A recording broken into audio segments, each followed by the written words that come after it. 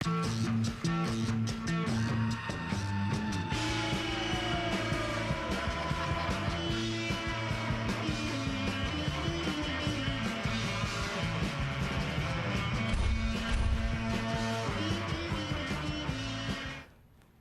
ladies and gentlemen, Street Talk and other stuff, Mike Mad Dog Magnati. It is June. This is the best month of the year. All of summer is before us, the weather's turning great. This is what we live for here. But hey, welcome to the show. Thanks for tuning in. Now, look, I'm doing things a little bit different today. I'm not going to tell any jokes because I got a serious subject I want to discuss. But I think we're going to have some fun at the same time we talk about serious things because we live in an interesting time. We're living in a modern world where a lot of things that in the past haven't been understood, we have the opportunity to begin to understand them. And there's been a lot of issues lately about people who are transgender. There's a term called gender dysphoria, which means people who have been born and their mental state, their emotions, their psychological state is not the same as what their assigned gender or their physical gender is. Now, this is something that has been recognized for quite some time that in some ways we're just beginning to understand. And I know for a lot of folks who don't have any experience in these areas, I mean, this is hard concepts, hard stuff to understand. So what I'm going to do for the next 3 weeks, starting with today, I'm going to have a transgender or a trans woman with us today. This is an old friend of mine named Dee. Dee's going to be with us, and we're going to talk about this particular issue and how it has affected her life and the process of going through it. Now, we do this, and I want to do this for a specific reason. I want us to be able to understand people who we may consider not quite the same as we are. Like I said, we live in a time in a world where we can begin to understand people better. We can begin to have more tolerance for folks that previously we may not have just had as much contact with as we might. So that's what we're going to do for the next 3 weeks. So it's going to be interesting. So I want you to stick around. Street Talk and other stuff. Mike Mad Dog Magnati. We will be right back. So.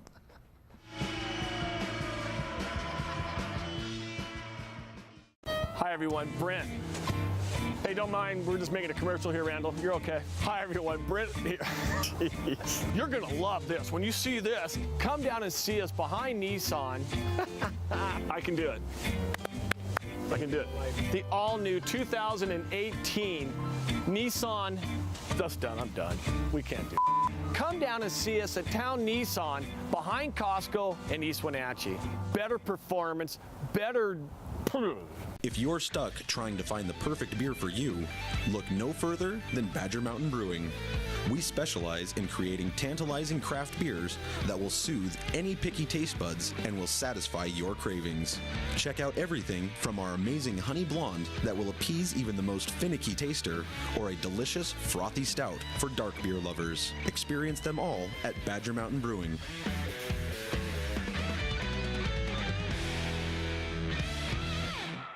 I'm Jenny Rojanasatian, and this is Guada TV. Every week we will be bringing you a first look at North Central Washington business, tech, and education news. You'll hear from local influencers and innovators who live right here in the Valley. Together, we'll discuss hot topics, current events, and resources that can support your business, our schools, and this community. Join me every week, and let's get inspired.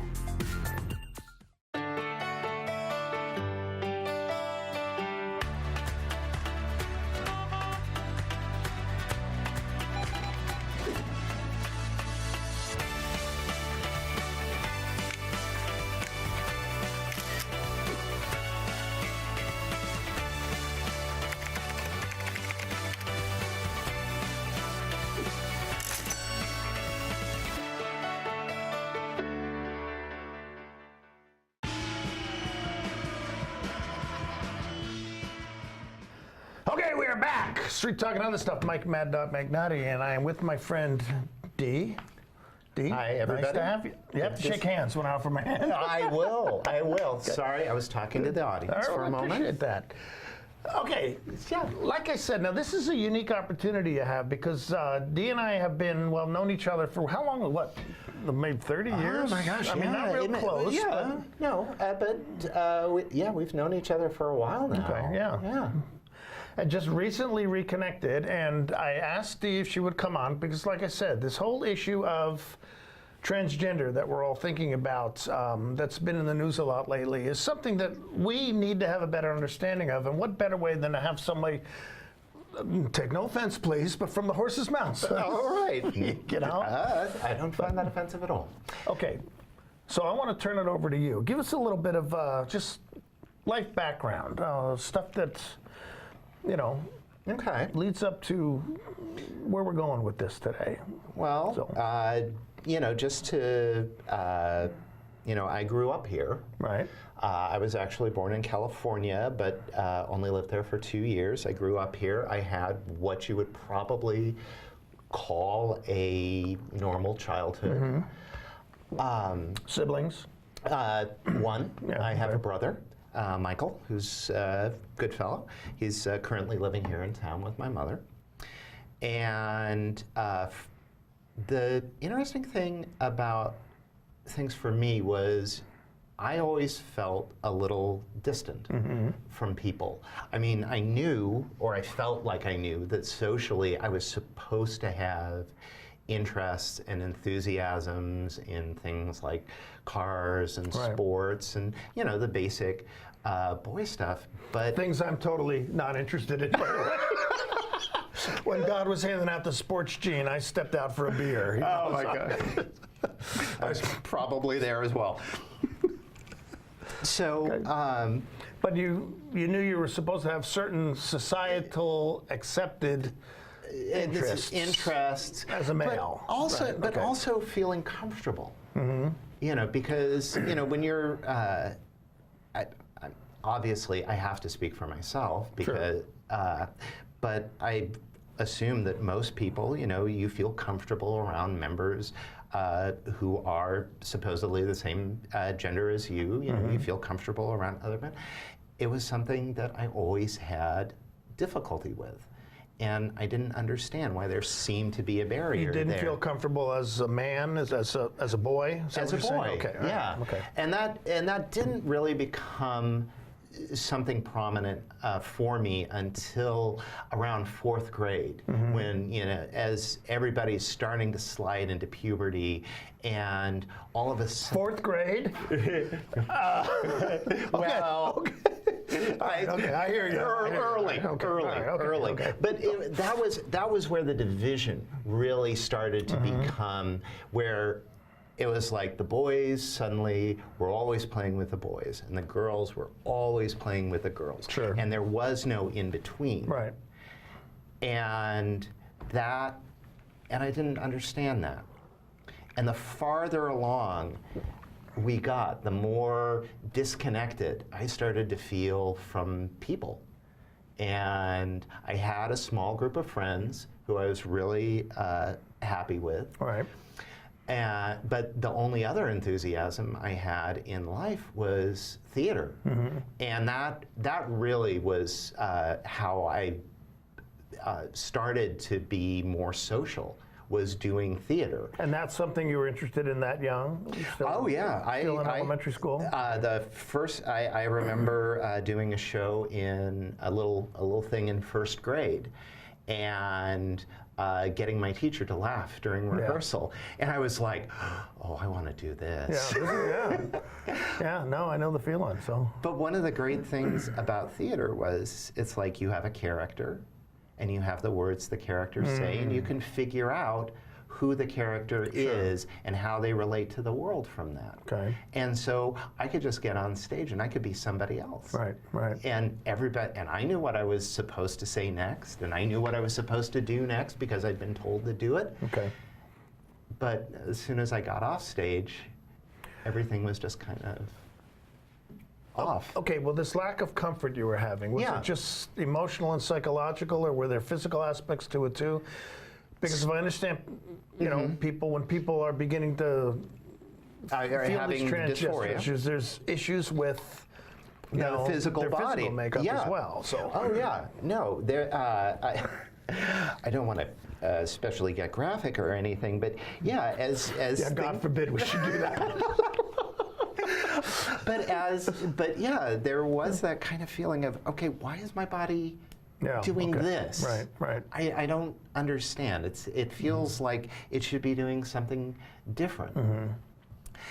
And this is also important, I think, is a lot of people who are trans, some of us come to it very early on. Okay. There are some people who know almost right away, I'm a girl. I mean, you're talking about very young, right? Yes, Okay. very, very young. Okay. Jazz Jennings, for instance, great example right there.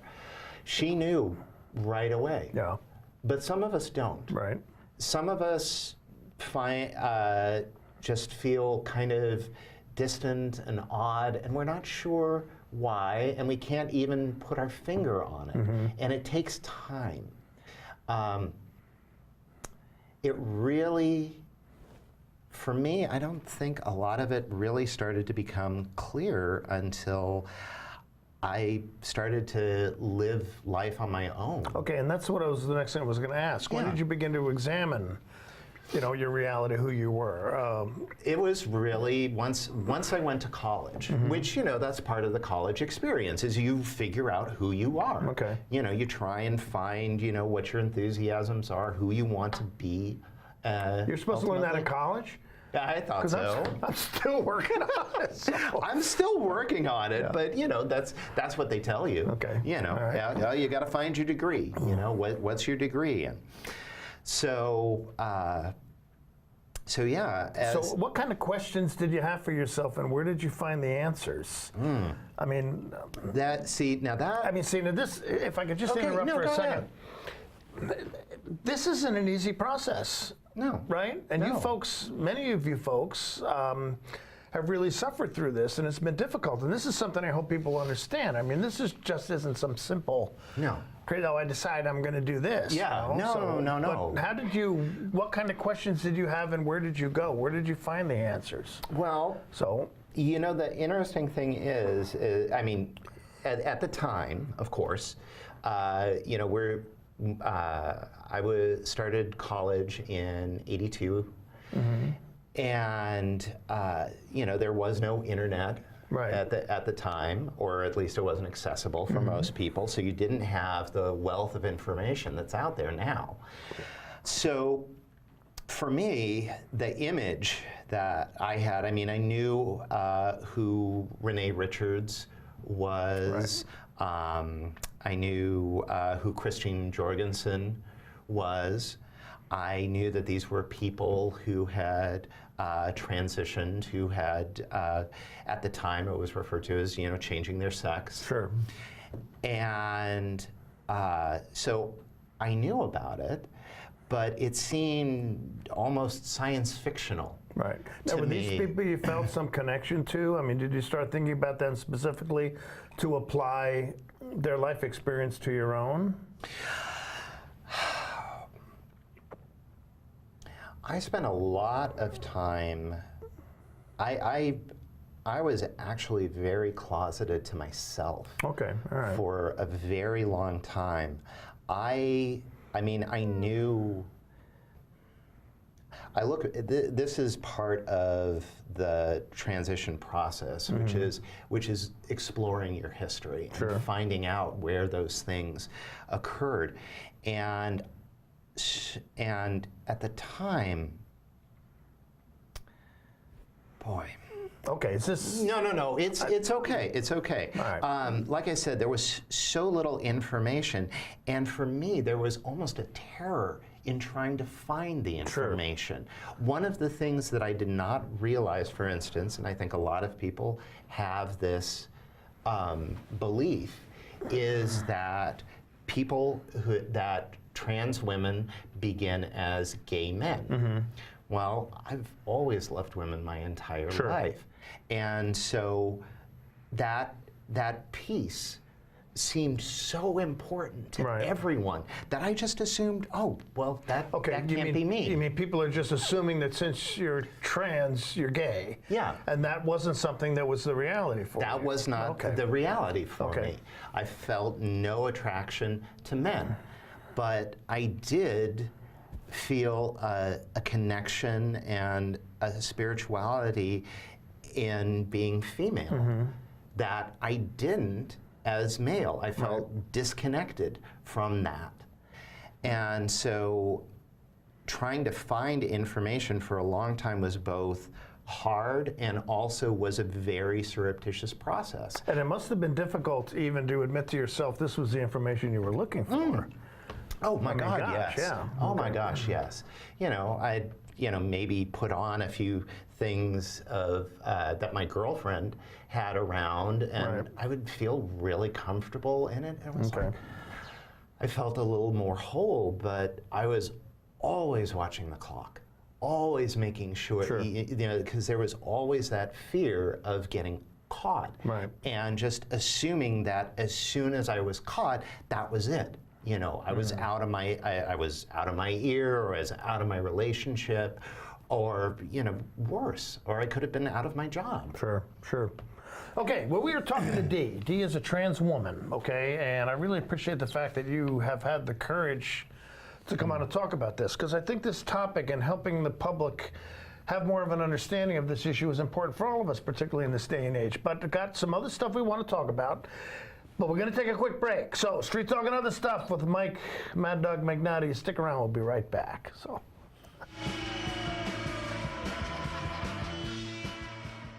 Hello, Wenatchee Valley.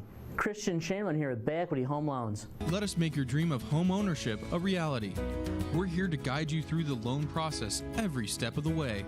Check out our convenient online application. Bay Equity Home Loans in Wenatchee, your home for loans. Stop on by or give us a call today.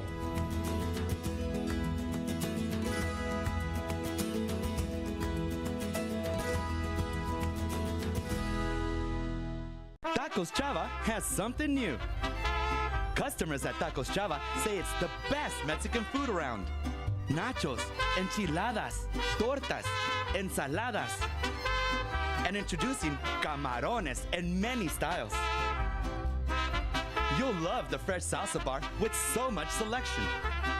Are you ready for Tacos Chava? Find them at 2 great locations, the Wenatchee Valley Mall and ENIAC. Tacos Chava, tan delicioso. Walk and Roll Wenatchee's Asian Express is fast, fresh food. Wenatchee Roll's new Poke Hawaiian Fresh Salad Bar is the best. Fresh greens, fresh seafood, and hand-made sauces. You know what you want. At Walk and Roll, create your own style meal. Hot off the line chicken, beef, and veggie plates. Lunch or dinner to match your appetite. Fresh sushi, hot entrees, Poke Fresh Salad Bar. It's new. It's Walk and Roll Wenatchee, fast, fresh food your way.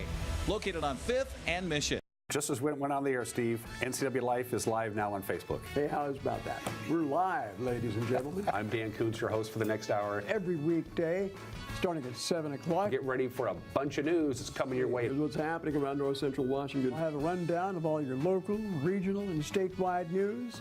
You can also find more on our website at ncwlife.com. Follow us on Twitter and like us on Facebook. That's Wake Up Wenatchee Valley on NCW Life News.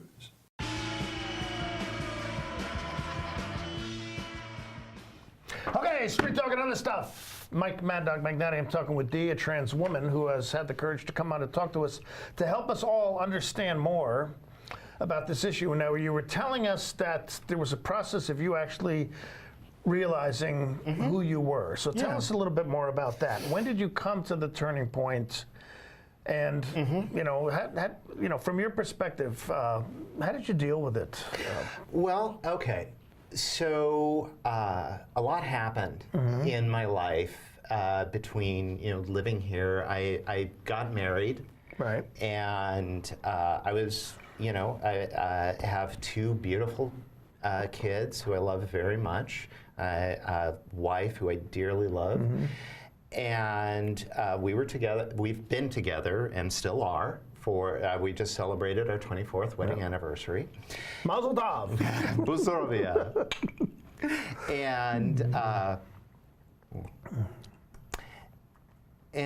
a few years back, I had originally kind of moved around in a lot of different jobs. And I got a job with the library. And one of the floors that I used to take care of had all of the books on both religion and gender studies. And now, throughout my life, I had had questions about my gender as I was relating, and I decided, you know what, I'm gonna take a look at some of these books. You know, it was still surreptitious. Sure. I tended to hide them from my wife even. I would check them out, but then I would put them in my bedside table drawer and put them under things. Right. And I would bring it out eventually. And actually, I do that with books about mass murderers. I hide my crime books from my oh my. Well, not exactly the same thing. No, it's not. It's not. And I'm not saying it is. Oh God. I knew I was going to step in sooner. Of course. Okay. So the one that actually that was really helpful for me was Kate Borenstein's My Gender Workbook. Okay. And I had a person in my life actually had just recently come out as trans. And so gender had been on my mind again, and so I'm like, okay, you know, I need to look at these books.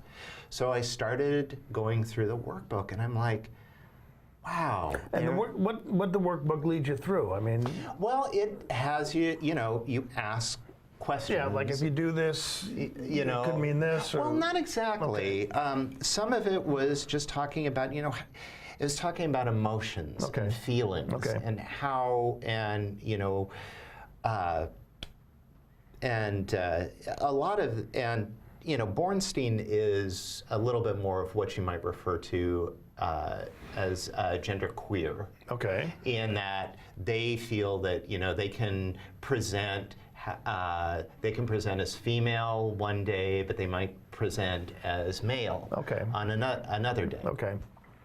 And so, I was going through that book, and I'm like, God, I need to be thinking more about this. I need to find out more information. So I started checking the computer. I mean, there are certain things you can find, and sadly, you know, a lot of it, if you start talking about trans people, you do turn up a lot of porn. Yeah, yeah. And there's a lot of very negative slang for trans people out there. And so at first it almost seemed like, wow, so trans women are just this kind of odd sort of pornographic fetish object. But there's just so much there beyond that. And a really helpful book for me when I came across it is a book by the author Jenny Boylan called She's Not There. And it was about, and that author went through some of the exact same things that I did. And I started, and as I was reading her book, I was feeling more and more like, oh my God, this person is talking about my life. And they get to a part where they talk about, you know, getting married, and they talk about how, you know, they were very, you know, they were attracted to women, and so they felt, oh, well, there's no way I can be female. And so they got married, and they used the term, and she uses the term saved by love. Right. That somehow that, you know, being married was gonna make all of those feelings go away. Yeah, that's a huge thing, huge misconception for many people. Yeah, and it didn't. Right. If anything, I mean, luckily I have a very loving and understanding wife, and I could share some of the things that I felt with her. And even at one point, you know, when I talked about the fact that, yeah, honey, I've put on your clothes when you're not here, and she was all like, well, you know, you're welcome to when I'm here. Right. Okay. So that was. She's got to be an incredible woman. So, she is one of the most amazing people I know. Okay. I can't say enough about her. Now, one thing that that I want to, correct me if I'm wrong here, but I really think I'm right. With you relating this, the struggle, the emotional and the psychological difficulties you must have been going through with all this, it's really not, I mean, it must have been really, really tough. Yeah, no, okay? it was. I mean, you're making it sound, and I'm not criticizing, but you're making it sound almost matter of fact. But this has got to have been psychologically and emotionally agonizing for you. It was. It's very hard. Yeah. I mean, I think for some of us, at least I know for me, we tend to minimize a lot of the emotional pain that we go through, the feeling of disconnection and emotionally being unavailable. Sure. That was you feel like there are certain things you can't do, that you can't be. Right, and the point I want to make is that this isn't just some thing that somebody wakes up one day and just airy, yeah. This is an agonizing struggle that you must have gone through. So, well, I mean, I look what other people and I look what the issue of my own adolescence was and going through it. Yeah. Well, for me, so much of it, I tamped it down. Yeah. I would put just a lid on it, and then it would come, and where it would come out was anger. Yeah. I had really serious anger issues. I would throw things when I was angry. I never physically hurt anyone. Right. But I would get drunk, I would throw things, I would I would upend our apartment. And I didn't know why. Yeah, okay. Well, look, we're going to get into that a little bit more, but we got to take a break quickly before we leave. Sure. Now, look, I know we're not anywhere near finishing this story, but like I said, Dee's going to be with us for the next couple of weeks. But she's going to be with us again before we leave today. But Street Talk and other stuff, Mike, Mad Dog Magnati, short break. We'll be right back, okay?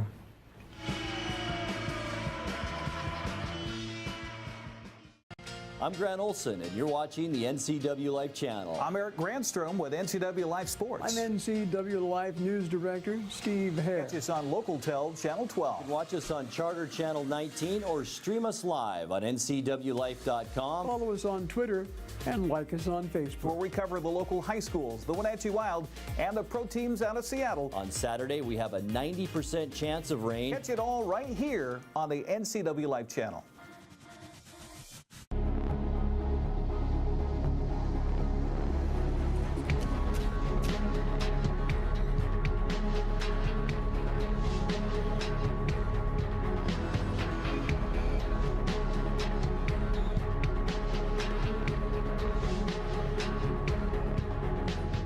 Walkabout Grill, open 7 days a week for lunch and dinner in downtown Wenatchee and now downtown Leavenworth, where eating out is eating healthy.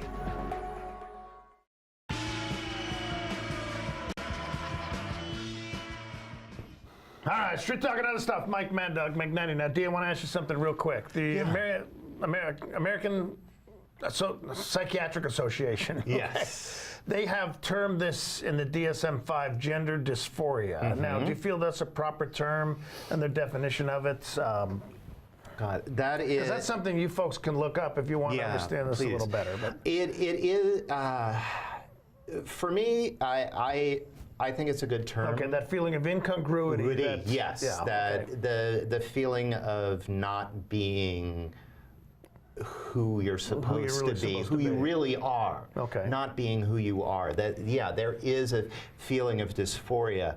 About the only, it's such a complex issue. It really is with the DSM. So hold it for there. Okay? Yeah. Now, like I said, I know we're just touching on it today, but we're going to be back now next week. Going to be talking with Dee about the process. You know, how she actually began to come out, what the process was going through it. We want to hear about how it was with your wife and your family, and then how you begin to actually bring this person into being. Right. Am I phrasing that okay? Yeah, no. Okay, well, Street Talk and other stuff. Mike, Mad Dog Magnati, appreciate you being with us. We will see you next week. Have a great day and enjoy June. Bye-bye. So.